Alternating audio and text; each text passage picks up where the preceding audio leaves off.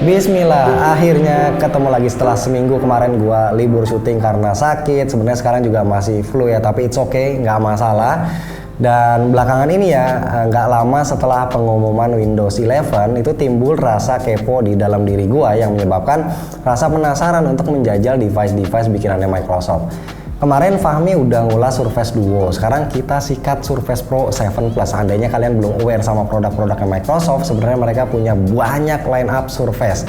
Ada Surface Laptop, Surface Laptop Go, Surface Go, Surface Book, Surface Pro X, Surface Studio, dan Surface Pro 7. Alhamdulillah gue pegang yang Surface Pro 7 Plus hasil jajan di studio ponsel.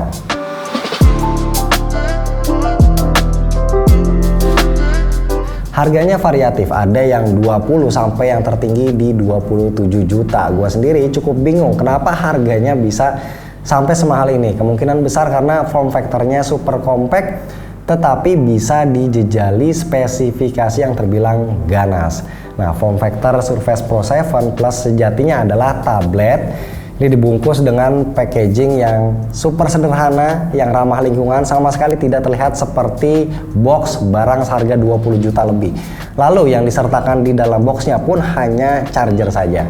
Nah, inilah Microsoft Surface Pro 7 Plus, sebuah tablet dengan ukuran 12,3 inci, sangat ringan 784 gram, sangat tipis juga 8,5 mm, tapi dengan kemampuan seperti sebuah laptop bisnis premium. Microsoft sendiri memiliki ciri khas di mana tablet atau laptop yang mereka punya itu biasanya bezelnya tebal-tebal. Suka tidak suka harus diterima karena ini memang ciri khas mereka, tidak terkecuali pada Surface Pro 7 Plus ini. Walaupun mungkin buat sebagian orang desain layarnya agak terkesan jadul, tapi resolusinya di atas rata-rata, bukan hanya Full HD tapi 2736 x 1824 pixel dan tentunya mendukung sentuhan hingga 10 jari. Namun permukaan glossy membuat tampilannya jadi cukup memantul, terutama ketika dipakai di luar ruangan, jadi agak kurang nyaman. Sedangkan untuk kualitasnya sendiri ini tidak perlu diragukan, warnanya mateng, pixelnya tajam, walaupun tidak ada sertifikasi HDR, tapi menurut gua tidak sampai mengurangi kenikmatan saat kita menonton Netflix atau aplikasi streaming sejenisnya. Speakernya pun cuma ada dua alias stereo Dolby Atmos dengan output 1,6 watt, tapi tidak membuatnya kalah kelas dibanding Galaxy Tab S7 Plus ataupun iPad Pro yang notabene punya quad speaker. Dua speaker yang disediakan ini sudah memenuhi kebutuhan untuk multimedia.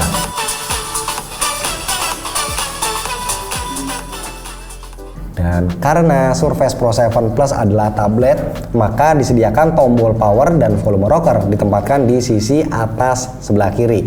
Dan di sisi kanan ada satu port USB-A, satu port USB-C, dan satu Surface port yang bisa digunakan untuk pengisian baterai. Sedangkan di bawah ini ada docking port, bisa dipakai seandainya kita mau membeli aksesoris yaitu berupa keyboard lipat yang dijual terpisah. Harga keyboardnya itu jauh lebih rasional dibanding keyboard iPad Pro.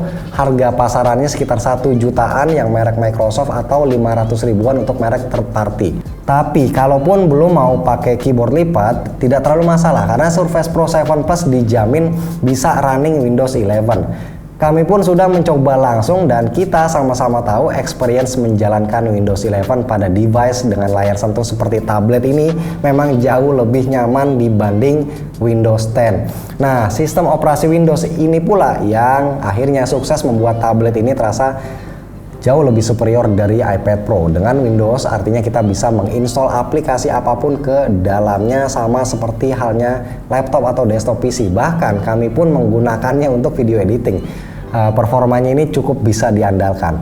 Varian yang kami pegang ini merupakan varian tertinggi. Di dalamnya terdapat CPU quad-core Intel Core i7-1165G7, RAM yang terinstall 16GB, LPDDR4X tidak bisa ditambah lagi, SSD 512GB serta GPU Intel Iris Xe Graphics. Ketika menjalankan editing video menggunakan Premiere Pro dengan raw file Full HD, proses editing bisa berjalan lancar, termasuk untuk preview video dengan resolusi 0,5 alias setengah.